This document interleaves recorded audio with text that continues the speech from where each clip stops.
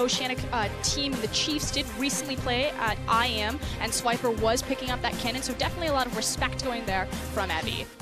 We're waiting for that final ban, which will be locked in by OCE, and that'll be the Rise. So a lot aimed towards Seros here as one of their star players on the lineup. Yeah, that's going to be 3 bans for the jungle as well as 2 for the top lanes, which means that the, mid lane and the top lane, which means that the jungle pool is completely wide open. We've seen Lee Sin hit the bench a couple of times, Ivern played or hit, and it's actually not going to be a jungle priority because you have so many options available.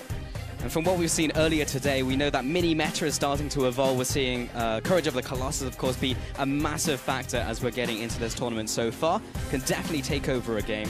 I know, Frost, you're patting me on the shoulder because it's triggering me a little bit. I'm like, oh boy, we get to see assassins and crazy stuff, and no, 4 times every game. No, you see, backstage, Pulse, you were saying, you know, I really always wanted to cast an Alawi game. And I was like, you should have come to the OPL because Swiper is a huge Alawi player. I don't know if he's going to connect on it and lock it in, but it's definitely a pocket pick for him. Oh, I'm looking forward to it, but what has been locked in for certain is the Japanese lineup locking in the Ashe for the ADC. So giving Hereti what he wants to start with this one off. Yeah, and you know, we saw priority from Jhin last match when the Ashe was available, so it still kind of goes back, but we're still seeing more of the utility carries be the focus for this tournament, although Vayne was targeted out a bit in the ban, so kind of curious. Again, Hereti, one of the more newer members on this lineup. He's kind of here by proxy. He wasn't initially the first choice, so again, very happy, very honored to represent his region here.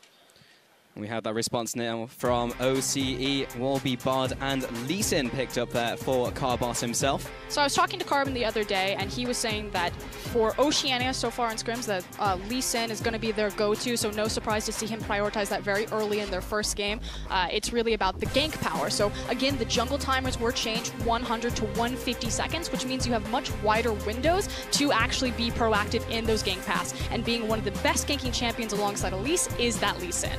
There was a part of me that was fearing maybe a Nunu lock-in from Carboni, but because Nunu, of course, can't proc off Courage of the Colossus, down a little in priority, even though I know that he likes to go to that champion to make people suffer. Olaf and Northlers being locked in here as well. Northlers we saw earlier in the day, just strong at the moment with that mastery. Yeah, just Courage of the Colossus all day. The fact that he's able to get that off with his auto attack is pretty ridiculous since there's so much CC riddled throughout his kit. I'm liking to see Olaf kind of return back. The thing is, he was slowed down a little bit. One of his big things is he has great dueling potential and he jungles very quickly. Obviously, again, with the jungle timers being changed around, he loses a bit of priority there, but we'll see what Tussle can do with him. Bit of a change up from OCE, Poppy, nothing to write home about, but the Vayne now coming in, and we have been seeing from people and hearing whispers of the hyper carries in the ADC role really coming back into priority. All I've learned from Raydir, because he's been playing League of Legends again for maybe 2-3 weeks now, I was like, what do you think of the new patch? He's like, Vayne is fun. So there we go, putting his money where his mouth is. Hasn't played for like months, is now a lawyer. He's like, most mechanically intensive 80 carry, get me in there. Look, man, I just need to pick up 1 kill so I can say my line. That's all I need. And there's the lock-in of Vel'Koz coming in there for the Japanese lineup. I know if Alawi was locked in, we'd have a very different cast here, but Vel'Koz suits the bill as well here, Frosk. That was too easy. No, so Seros is known as an innovator in Japan. He said that he had some sneaky picks. In fact, Japan was alluding before this tournament that they had some sneaky strategies. They have a very interesting and unique meta, so no surprise to kind of see Seros go a little bit on the unbeaten path, although we have seen a Vel'Koz recently again at that IM.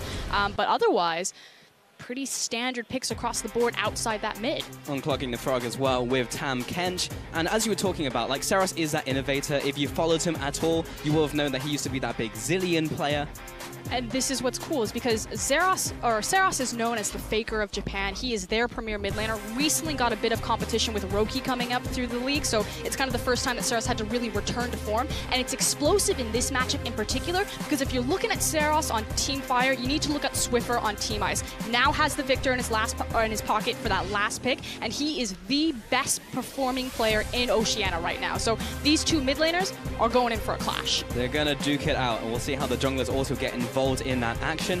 But the last pickup was Victor coming into the mid lane, so Victor versus Vel'Koz. Not something I was expecting to see in this tournament, but there we have it. I mean, that's pretty much just going to be wave clearing back and back, but again, it's the impact that these two players can make for their team, especially when we get to these big 5v5s. They have the potential to turn games around, and they've both stepped up and shown that they are the best performing players in their regions. All right, Frost, well, we have the full lineups now, so we can actually see the full composition. So where are these teams looking to hit home outside of the laning phase? I mean, obviously, we've got a Vayne sitting on Oceania. You have to give respect to that. Courage of the Colossus is running crazy right now. Vayne doesn't really care about any of these shields. She's going to go for the true damage. She's going to shred you down. On the other side, I think it's all about kind of that tricky Vel'Koz. You know, what are you going to be able to execute, speaking of true damage? Yeah, taking them out with that geometry, but we'll see how that one works out. We need you guys to tag in at home as well. Use the hashtag JPNWin or the hashtag OCEWin. Tweet that one to @LOLEsports. We'll be checking in on what you think about these lineups, the team, and how this game will go. I'm certainly very excited to see how this one all pans and turns out.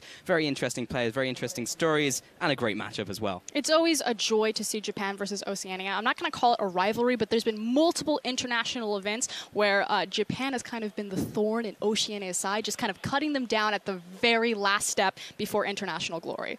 So if they can do it again today, we'll be getting into game very soon. Ladies and gentlemen, you can see all of the players on your screen getting ready to hit the Rift here for our third game of the day. And we are now into game. Fire and Ice going toe-to-toe once again with Japan against Oceania. We were one Super Galaxy Rumble skin away from a Pacific Rim. I'm really disappointed. We were close, Frosk, but we'll have to see if, of course, the jungle and mid lane synergy is drift compatible as we get into game here. And we'll be finding that over the first couple minutes. So what's unique to me in the jungle changes is how the level 1 vision game has changed. So we saw at Worlds it kind of changed from deep vision to scouting vision, because it was more about prioritizing your vision to secure your lane matchups, making sure that you got control of the incoming creep wave as opposed to finding the enemy jungler's start path.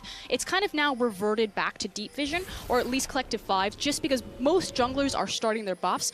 Now, Team Ice do have an advantage here, and that they know for sure that Olaf's going to be starting his blue buff, because that's what Olaf needs. He's very dependent on the blue to do his jungle quickly. In response, Carbon is making the choice to also start the same side of the map. It's fairly common to start the top side of the map, but he did have the opportunity that he could have mixed it up, that he could have created windows where the junglers would be on opposite sides to open up different ganking paths. It's so very interesting now as well, with all the camps changing, the time is changing even, like bot lane can't even get involved in taking those camps or taking that level 1 or even helping the jungler. It's all about getting to that lane first in those long lanes. And this definitely does mean that Bard becomes stronger, just because, as Krepo likes to say, he's one of the strongest champions level 1 due to his meeps, and the longer that you're at level 1, the more punishing Bard can be. We'll see if Courage of the Colossus, as well as that Ignite on Nautilus, can compensate for it, because again, we haven't even mentioned, Kench went to the top lane. That's very true. Evi's going to be bringing it up there. Evi a play on Ebi as a shrimp, so he's playing the Marine life coming into this one. And we've really hyped up Evi, you know, 500 LP challenger on Korean server. That's not something that's easy to do by any means. Oh, yeah. He also does it playing from Japan with 80 ping. So, you know, everyone else is sitting in Korea and like 7, 8 ping. Yeah, like a single-digit thing. But on the other side of that, Dara also has a ton of respect. He's considered the best support in the region. The desk was talking about his synergy with the jungler Tussler because they're from the same team, Rampage. And so it's really kind of a combination of how are this Olaf and this Nautilus going to connect and start exploiting Ice, especially in this bot lane. They have so many tools to do it. You've got so much CC riddled through Nautilus's kit. You have the Asher at level 6, and it completely compensates for the lack of CC on Olaf's kit. And Radier, he's just trying to play the farm game right now. He's like, look, guys, I've been a lawyer for the last couple of months. Just let me farm. Let me just play Vayne, and I'll get to late game, and I'll kill all of you. Let me even back it up farther. Look, guys, I'm Radier. I sit in my lane, I farm, I play the hyper carry. This was Raidier's MO even before he went into retirement. The thing is the Chiefs used to understand, get Radier to late game, he'll make the hero play. He got a pentakill when he did take down Legacy kind of the last time we saw him. So the expectation, he's a 5v5 AD carry. He's not a laning AD carry. How much faith is there now, though? Having taken such a hiatus from the game and now coming back, they're clearly still some faith because they've given him that Vayne, but is it then putting that burden on Swiffer in the mid lane and saying, hey, if this Vayne doesn't work out, we'll just bring someone else to the table who can also blow up the whole enemy team? I think the burden is actually on Carbon, particularly because he is that Lee Sin pick, because the jungler is still very important in setting the tempo of this game, and it's really all eyes on Carbos here as kind of the captain and shot caller to dictate the flow and kind of compensate for the fact that, you know, Swiffer's just, it's going to be ping pong back in the mid lane. I'm going to push it in, you're going to push it back. Radier's going to be down there, he's going to be free farming. Swiper's up here on Poppy. All eyes are on this Lee Sin if the Chiefs want to get something going early. We'll see if that is the case. And Swiffer, he's got that early blue buff actually coming in from Carbradoodle, so he's actually given that one over to his Victor in the mid lane. You just change it up his nickname every time. Cardoodle, yeah. Carboss, Don't worry, I've got a zillion of them. But we have Olaf coming into the top lane. Tussle looking for some blood. Swiper, he's going to use them to jump back to his tower, so he's not going to be in bad shape at all. Of course, very difficult to gank a Poppy from directly behind. And frankly, that's a big win for O's across the board. The fact that you did burn the Ghost on the Olaf and didn't exchange any of your summoners because you did use that charge to reposition yourself back to safety. See what Tussle does with it, and if he will have that cooldown depending on how quickly he gets to level 6. Because obviously Ragnarok is really dependent on Ghost, and if it's delayed, although he is level 4, so he might have a big enough window on it, it could also delay that power spike even further. Yeah. Great thing about Ghost, pretty short cooldown compared to the rest of the mobility spells. And Swiffer is just dodging out the geometry being thrown at him from Seras, but there is Carbon coming into the mid lane, looking to put some hurt on to Vel'Koz, but Seras will back off to his tower, just be shoved in a little bit, fairly even as that laser comes in and evens up the playing field. Yep, and another Ghost down, and with the pressure in mid lane, Carbon then immediately transfers pressure into the jungle, laying down Deep Vision and teaming up with Rosie. And this is the next player that I want to highlight. Rosie is incredibly aggressive. He's a known Bard player. He likes to play playmaking supports, and he has been known in competitive matches to play Static Shiv Bard. Don't think we're going to see it today, but that's pretty much the essence of Rosie. This guy likes to kill people. Pretty sure he builds a rapid fire cannon as well. That's another staple of his, which I think is fantastic. That is very rude, actually, but which is fantastic because One Punch Bard, for you guys who at home maybe don't know, you just go all on hit. You walk around, you hit someone once, you do a lot of damage. You may not kill them, but it's fun, and Rosie loves that. So hopefully we'll see him. Hopefully we'll see him do that this game because he has started off with the Spell Feast Edge, which is part of the core build. I know a lot of cheese for us, Kieran. I can tell. Me and Spawn have that in common. Get out of here, creeps. That is unfortunate. Just wanted to punt Evie away from the minions. Try and deny a couple there, but he's got his dancing shoes on. Tam Kench ready in the top lane. No, but Carbon is actually hanging around the area. So again, the Chiefs made a big effort to place a lot of vision over the bottom side of the jungle. That vision has now lifted, which is why Seras has actually snuck in here. Now he will appear in the river because there is a fairly shallow ice ward, and Hook doesn't connect, which means that this play now fizzles out. I was very interested in just the plants as well, and also how that affects top laners, because we've spoken a bunch about like the revealing power, and as well as the blast cones or the popcorn, as Atlas put it, but how the top laners will really aggress over those. And because this isn't like a super volatile matchup, then controlling the plant doesn't matter that much. But in an aggressive matchup where you can just push out the wave, there's no jungler presence, and you can really make an impact. So a topic for another time when we have a matchup that will really get involved. I was going to say, speaking of volatile, what Swiffer is doing with Fog of War and kind of taunting Seras on the top side of the map is fairly volatile, as Ice or Oceania are now kind of looking to contest this blue buff. Although, here we go. Life Form Disintegration! Oh! He'll fall over. That's first blood going to Seras. Okay, so Seras is not playing that game. Swiffer was a little bit cheeky, playing with the Fog of War, just kind of baiting him. You know we want this blue buff. Seras sits in the mid lane, pushes the way forward, forces Swiffer to come back and respond, and then just goes toe-to-toe with the solo kill. We said that this was going to be explosive, then we saw the control mages come in. I was like, you know, maybe we'll back up a lot, pop the brakes, but Seras is like, no. No, he gave him the tentacles there for sure, Frosk, and now he's in a pretty good shape. We'll pick up this blue buff most likely, and then head on back to base, pick up a couple items, put Swiffer further behind. 8 minutes into the game, now with that first blood. In terms of actual gold, has not really made a big divide between the two teams. There's a slight CS advantage in the top lane with that Poppy there. But Seras is actually going to stick around and carry on clearing. No, the most important thing and the big thing on the map right now is Swiffer not having his flash. The fact that Seras made that look easy, didn't have to expend any of his summoners, just really lasered down Swiffer, that can be punished again. So now it's about how will Seras control the creep wave, try to pull Swiffer out from hiding, and try to continue to punish that. So, taking another look, this is really just this laser reaching across the entire lane, managed to hit every single one of his abilities and just blows him up.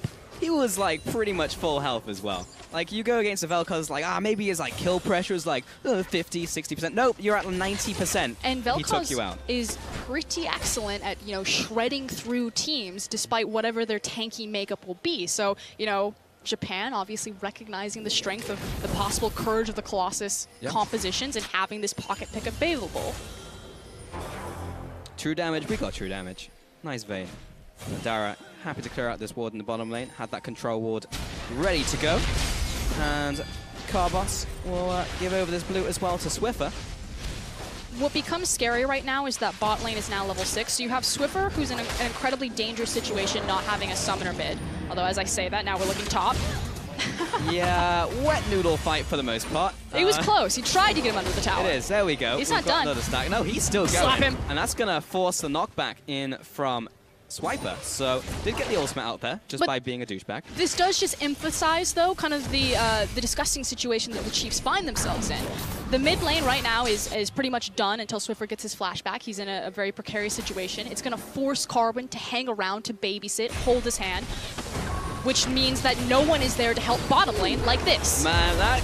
Oh, the CC chain is brutal. Rosie's going to give himself a Zhonya's, looks for the lockdown, but Tuttle's having none of it. There's the Ragnarok. Tuttle will bite the dust, and Raydir, he's trying to get out of there. Carbos coming down along with Swiffer, looking to reinforce the front lines. Already goes down, and Swiper still trying to get involved in this fight, but Evie is the one under attack. Here comes Saros, lasers down Lee Sin, and that will be resulting in a 2-for-2. We're maybe looking for more. Darius setting up the kill onto Swiffer. Goodbye. That's the double kill for the Vel'Koz in the mid lane. And finally, everyone gets involved, and they're able to exploit the small advantages that they had created in the other lane. So great idea from Japan. The execution could have been cleaned up a little bit in terms of their target selection, especially with the limited CC that they had. But overall, a victory for them. We're going to see it once more here, Frosk. So this is what I was saying. The fact that Carbon has to respond to the mid lane means that Fire know that they have this opportunity. Lee Sin has to babysit Victor. We have all of the ultimates in the bottom lane. Let's exploit them. So I love the initial decision making here. And then again, it's just kind of the CC, how far that they chase, and the fact that they didn't instantaneously blow someone up with their big important cooldowns. I really would have liked Swiper to come in maybe a fraction of a second earlier, because the bot ultimate goes on top of himself, and he's just like, I want to buy some time for Poppy to come in, but by then it was too late. Tentacle Monster comes in from the mid lane, and Dara just sets up a nice last kill into Swiffer. If he dodges that, Raydir dies, so took a bullet for the main man, and double kill over to Vel'Koz there. So 3-0-0. Got the Morellan on Macon, a Dragon as well. They're running mid, hold on, Saros. How is he going to do? Carbon. Doesn't have flash, so he can't go in to try to insec him off the tower. Flash, yeah. Tussle getting caught up by Swiper. That's going to force the Ragnarok. And Resonating Strike will not connect onto Olaf as he backs away. But I almost called them the Chiefs. The Oceanic squad not slowing down. Immediately get back onto the field, secure that Dragon, and that's 2 attempted ganks right now, and now a scuffle in top. Well, this is going to be another long one, but from previous indifferences, we've seen the Tam Kench get ahead, and Lee Sin was looking to get involved there, but everyone backs away. Okay, everything should calm now. Tussle now needs to take back control. Preferably cleared his jungle because he's got a lot of oceanic vision behind him. So he should be spotted out by Swiffer. You would assume so. It's also why Raydir and Rosie are playing so defensively right now. So this is actually important. Positioning. So you notice how Rosie and Raydir are sitting behind the tower. It's because they're against the Nautilus. Obviously, unlike the Blitzcrank and the Thresh, who can throw the hook and go through the turret, Nautilus's hook will connect with the structure. So anytime you're facing a Nautilus, just cower behind that. It'll protect you so he can't look for the easy dive because he is tanky enough to do it.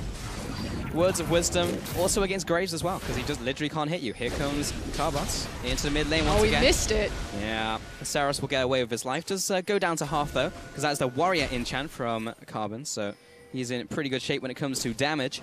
And Tussle and Dara will tag team the Crab. Will be going down, and Carbos will use this opportunity to take away the blue buff as Swiper comes down as well to assist him. Evie, he wants a piece of this pie, but I don't think he's getting range with limited assistance from his mid lane and jungler. Give him a lick. Tastes just like Poppy. Japan have put all of their eggs kind of in this bottom side basket. So in response of losing their blue buff, they're actually going to attempt a dive here, or at least get pressure on the tower, possibly look for first brick. Here comes the arrow. Right through the goal. Rosie, pretty happy with that result. We say the wickets in Australia. The wickets? All right, got you. I'm going to have to adapt to that one. Oh, just misses the wall. If that had connected... Or anyone behind him. There was a good sidestep at the end there. Seros getting kicked back to safety. Will he's sticking down. Nah, he's good. He's good. Ah, he's the good. creeps. Changed aggro to the tower. Again, Carbon not having his flash, so just trying to brute force the damage with the red buff. Still going to send him back to base. Tussle wants to do the same thing. Flash, hook from Dara. CC chain. Tussle takes out his counterpart. Oh, hold on, not over yet. He's staying around. He pops the ultimate. He's forcing the Nautilus back, but he's playing with some fire. But there we go. There's the Rampage members, Dara and Tussle together again, and you can see that clear communication. The fact that the Ragnarok comes down, Dara's like, I got you, immediately flashes to set him up for the kill. Very impressive stuff. 5-2 in total here. Fire taking the reins on this game so far against Ice. Just 2,000 gold ahead. But of course, Ice did get that, that speedy dragon, the Cloud Dragon, of course. And they will just be playing out the rest of this game here. Where is the gold distribution? Well, Seros is massive, so that's a thing. And the Vel'Koz is big. Yeah, I mean, that's what we expected coming into the matchup, right? It's just like, it's going to be a lot about this mid lane, how Seros stacks up against Swiffer, and how they get into those late game team fights. We are going to actually take another look at that replay, though. And again, it's as soon as the Ragnarok is, like, look at how far back Dara was when the Ragnarok was procced. The communication of, I'm going to flash this wall, I can get him, trust me, use that big cooldown, we're going to find you a kill. And that he did in the end. Flash from Rosie doesn't connect onto a wall. Weird angle there. Radier coming in once again. Carbon is here to assist. Heresi putting down the damage he can. There's the flash kick that we're all looking for. And that will be Radier picking up that first kill of the game for himself. Radier going for this one-on-one trade. I'm not even sure how this is going to go, but everyone is behind him to assist. And Seros, he was just buying time. You've activated my trap card. And Radier trying to get away, but not going to be so lucky. Down for the count. And Swiffer, meanwhile, takes out Tussle in the top lane. It's a feast in bottom lane as Tamkench finds another. Just absolutely dunked right there. Gobbles up Carbon, spikes him on the ground to pick up the kill, as well as the tower. Huge swing for Japan. 8-4 now. Swiffer taking the opportunity to chunk the middle tower, but will not be able to take this one away as this minion wave is dissipating. Big swing here, as you mentioned, for us. Yeah, and that was all on the back of Radier. You know, we said this guy's a retired player. He's now a lawyer. He hasn't played League of Legends in quite a minute, and you can clearly see right there, that was strictly a mechanical error. He stepped forward, didn't respect the space that Ashe had, and you could almost see.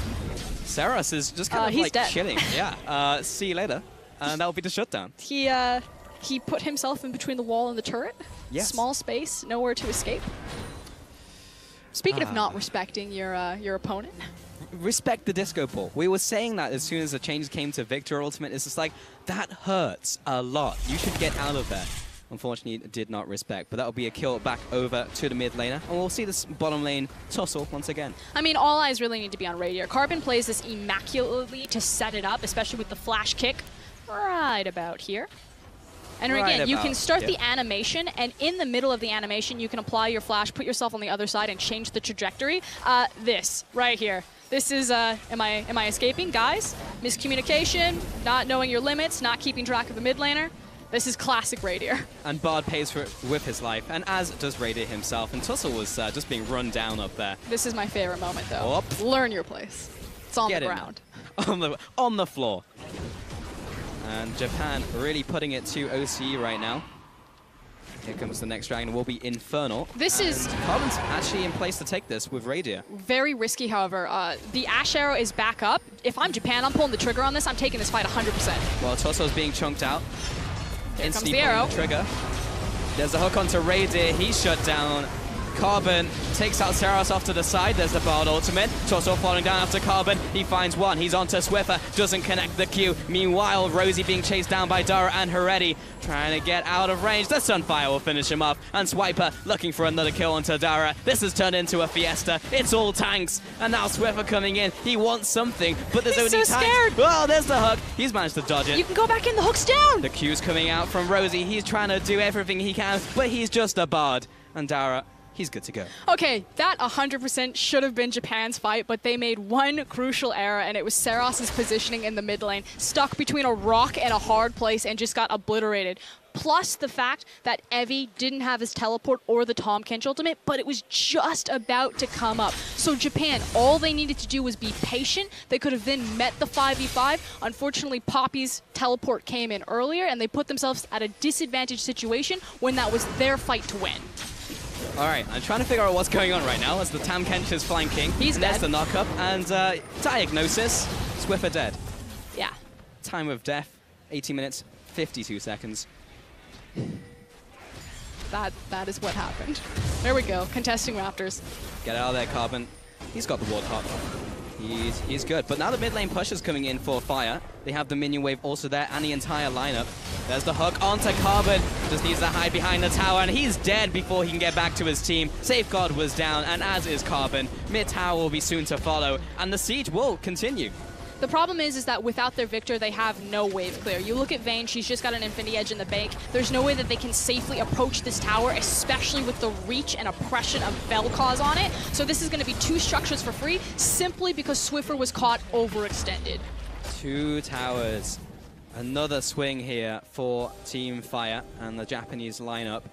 And they're just going to stroll through the enemy jungle over to the Infernal Dragon, which was not even picked up, so yet another win. And here's the crosswords for Oceania. They can decide, we fight this here because Swiffer has just come off of base, they haven't bought yet and spent the gold of this tower.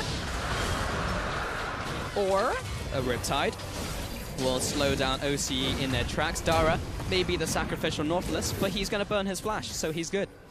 Or the decision would have been to go to the lanes, consolidate the farm, and hang on. Now Oceania are in a very precarious situation. There's just been a ton of gold, as well as the Infernal Drink stacked onto Team Fire. They will get a Constellation turret. But for now, again, Japan in full control. They can start setting up their vision control around the Baron. And we're going to look at this mid lane fight that really set off the big swing for Japan. Check out where Saros is. So Tussle gets pushed off, and then Saros is just going to get collapsed on and deleted right between Carbon and Swiffer. The teleport comes in, Swiper here. It's now a big numbers disadvantage in favor of Team Ice. And Tahm Kench, if you look at your map, he's now just wandering into the mid lane. If Japan had just been patient by 15 seconds, waiting for that Tahm Kench ult to come up so they know that they could have contested for a 5v5 and attacking from the same side. Again, they had the gold lead. They had the pressure lead because the tower was down bottom. They connected beautiful arrows. All of that CC, they just didn't execute it well. But let's emphasize this, though. From that last fight, it was really just like Swiffer being the rock and Carbon's hard plays, just like instantly taking down Saros. The 2 rivals. The 2 rivals. And teaming up. We know that like Saros was going to be a big cornerstone of this matchup, along with Swiffer. And the start was just like, got the 1v1 kill. Really good place. He's 6-2 and 4. He's still in a good place. But when you have so much of that gold just going down the toilet in team fights, that's when problems start to arise. But the problem is that Swiffer then immediately overextended and gave the game right back to Japan by taking those 2 structures and now looking to get more. So the problem is, yes, Saros made a mistake, but I don't think he's going to make that same mistake twice. Yeah, and it's not causing the raid wipe, right? Like he's not exactly. Yeah. He's good, guys. Top lane gonna go down to the 3-man gank squad from Fire. Be another turret going over to them. 4-2-1 currently, 22 minutes into this game. Heretti clearing out that ward real quick, and Raydir, he's left to farm all by his lonesome, which is his natural habitat. Raydir loves that stuff. Tussle will clear away the rest of the ward from the Baron pit. And Carbon, he's just going to check it with a quick resonating strike over the wall. This is also something that gives a higher priority to Lee Sin, simply because of how the vision game has changed. So now you see the control wards going down on Baron. Again, they deactivate wards that or sight wards that they see. Correct. As well as allowing you to see them. So they're incredibly oppressive for Baron, which I think puts Purple side in a very precarious situation, because if you actually look at the shape of the map, going into the Baron pit from Purple side, you have to walk through 2 tiny choke points. And they have a Vel'Koz, and they have an Ashe, and they have a Nautilus. Losing control over that pit, especially for how important that buff is going to be the absolute end of Team Ice. But because Lee Sin has the ability to scout the Baron pit still with his Q, it's like that one shred of hope. Well, I believe in Carbon. I have faith. He can be the shining hope, the shining light of this lineup. He is 1-5-3 currently, unfortunately. However, if he steals that Baron, he will be the hero that we need and deserve. Here comes the TP into top lane. There's Ice a TP setting up for a play. The return Here TP, comes Kench. but the Kench is coming in. Dara, he's going to lock down Swiper already. He's under attack, but Tahm Kench going to gobble him up. Rosie putting some damage down. Carbon, he's going deep. Raydir coming in as well. He's putting down the damage. He's untouched. Dara and Evie only now turning onto the Vayne. Swiffer coming in for the party, but Evie, he's got the shields, he's ready to go, and Tussle, he has arrived through the bar portal. Oh, there's Poppy going down, and Rosie also gonna be sliced and diced by the angry Viking who was coming after him. Victor, I'm not sure he can get away, especially with Tam Kench closing in with the noose. Dara going to be locking up with all this disgusting CC. That went from bad to worse, and that will be the ace for Japan. But I don't think that they can translate it into anything other than resetting their waves. They're not going to immediately go to a Baron. They probably won't be able to push down a structure, although we'll see how much damage Tussle can do to it. Well, he is half health, so that is theoretically more damage. Yeah, so they're actually just gonna reset the wave, making sure that it pushes in, touches the tower, and will bounce back. Now it's about resetting your position, and again, moving in to control these big monster objectives like the Baron Pit. Carbon, he's on the hunt. He's found Olaf. I'm not sure this is a trade he wants, actually. Did he find Olaf, or did Olaf find him? We're about to find out, Frostgoal. Does he do it? Carbon, come on. Be a man! What? Really? I've seen Carbon go on way more riskier dives, such as the dive they went in top lane. And he didn't go in on Tussle. He had the execute damage. That was montage material waiting to happen. Split second. Yeah. The pressure. I mean, he had 3 seconds to press that Q cross. Like, he had many seconds, many milliseconds. Meanwhile, what's happening here then? Well, there's the flash, there's the Q, there's the combo. this was the solo kill that we missed while the dive was happening. Okay, so now I get to talk about this dive, and I'm actually... The thing is this composition from Fire is so tanky that as soon as Radier is gone, and since Swiffer is solo killing Saros in the mid lane, it's over. And the problem is that Evie is massive. Tahm Kench pretty much did all of that damage, and it was executed fairly well by Oceania. The fact that Swiper maintained the tower aggro for the entire time, letting Radier just kind of run free. But again, Tahm Kench just gets on the Vayne, and not only is he ridiculously tanky, he's doing ridiculous amounts of damage. I like the fact that... And then he chases, like, Evie superstar that fight. Okay, I didn't like that fight, but... What? Hello? That was gorgeous. No, like, everyone being chased down, that was fine. But Ice, going for that dive from the top lane, pulling the trigger, great. But then as soon as Olaf arrived, they stayed in too long and just got run over. There was an attempt there by Fire to try and go for the Baron, but they were... There's no reverse on this Crocodile. Like, it only goes forward. Did you know that a Crocodile can run forward at, like, 60 miles an hour? Really? No. Oh. I was going to say, they didn't seem like jumps really up to 25 feet. Animals. Do you know any facts about crocodiles, or are you just the troll facts? They only run in straight lines. If a crocodile ever chases you, you're supposed to zigzag. Okay. But then you're pathing back into its, like, not zone zigzag of vision, towards right? it. Okay. So as soon as it turns. So who's the crocodile in this analogy? Is it Fire? It's definitely Kench. Okay. And there he goes. He's got Bard. All right. All right, Bard. I'm going to need some zigzags coming out here. This is perfect. All right, Evie. He's going in a straight line. There's the zig. Can he make the zag happen? Yes, he does. Magical journey. Okay. It's now the Baron setup. Thank God they have the Cloud Dragon, so that way they can escape the Crocodile if it does run at them. Covering that. But right now, what Oceania are trying to do is they're trying to force Japan out of the Baron pit so they can go in and contest the vision, which is why they're shoving down mid. Ooh. That's some dirty wave clear coming in from Fire. Pretty much all dispensed by Vel'Koz. Yeah, the communication here was a little bit unclear. They were deciding if they wanted... Oh, hold on. Trying to pull the trigger, but both of those triggers miss, and Dara wants out now. That's big, though, because, again, that's kind of a breather. That's a hiatus from all of the pressure that Japan are putting down. Although, now it's do or die time. Again, Oceania runs mid. They're like, they're on the Baron. We need to get them back mid lane. Quick, push it, push it, push it. And Evie's call is like, look, guys, let's just commit on the Baron. They've gone mid lane, but this is going to open up into a fight. Oh, Carbon uses his face as a face checker. They need to get out of here, and they need to retain their health bars. Radier, not sure if he's subscribing to that right now. He's trying to dodge away. Rosie, take one for the team! Oh, that was a little too close for comfort, but they both take the Stargates for safety. Swiffer, he's still trying to hang around. They don't want to just get this over for free, and Swiper's in the bottom lane, so actually the longer that Fire do not take this Baron, the better shape he's in. Swiper, he's coming up to try and help. So again, they need to retain their health bars because they can't steal this, but they have to contest it. Here comes the team fight. Saros coming in, Evie. All right, dodge the Crocodile. Swiper, he's made it past the Croc. He's going to knock away Nautilus. Evie Evie being chased down. Tussle, he's going to take it. And Ice do not commit enough. Do they have the tools that it takes to get out alive? Well, Swiffer, he's going to put in the damage onto Seras. It's not going to be enough. Evie, he's still alive. Swiper, no swiping currently. He's moving on to Dara. And he is still alive. He's finally going to go down. Exchange for Swiper himself. A 1-for-1 trade. Swiffer, also low. Tussle. Oh, no. He's putting in the auto attacks. Here comes the TP. This is going to be an angry Tahm Kench. He backs away. Tussle, he's down. A kill over to Victor. He's gone. Where has he reappeared? He's off to the side. He's off to the flank. He's gunning for Ice. Lands the lick onto Rosie. There's too many juicy targets for him to go for. Huyen, he backs away. Best case scenario for Ice right there, but overall, again, Japan still full in control of this game. They secure the Baron, they get the tower, and they're rubbing salt in the wound, frankly. Seras, a gorgeous flash. I don't know if you saw, but Swiper came in for the relentless charge on the wall. Seras immediately flashes it and then turns around, almost kills Swiffer on the exit. Okay, let's see that one again. Carbon, hook to the face. Yeah, so Carbon's dead here. The important thing is, again, that the Oceanic team is able to preserve their health bars because they know that our only option now is that we just need to poke them off or try to fight them off the Baron. We can no longer steal it. So, good play from Rosie. So now we speed it up. The problem is that Radier is stalled out. He's actually hit by the knockup from Vel'Koz as he approaches again.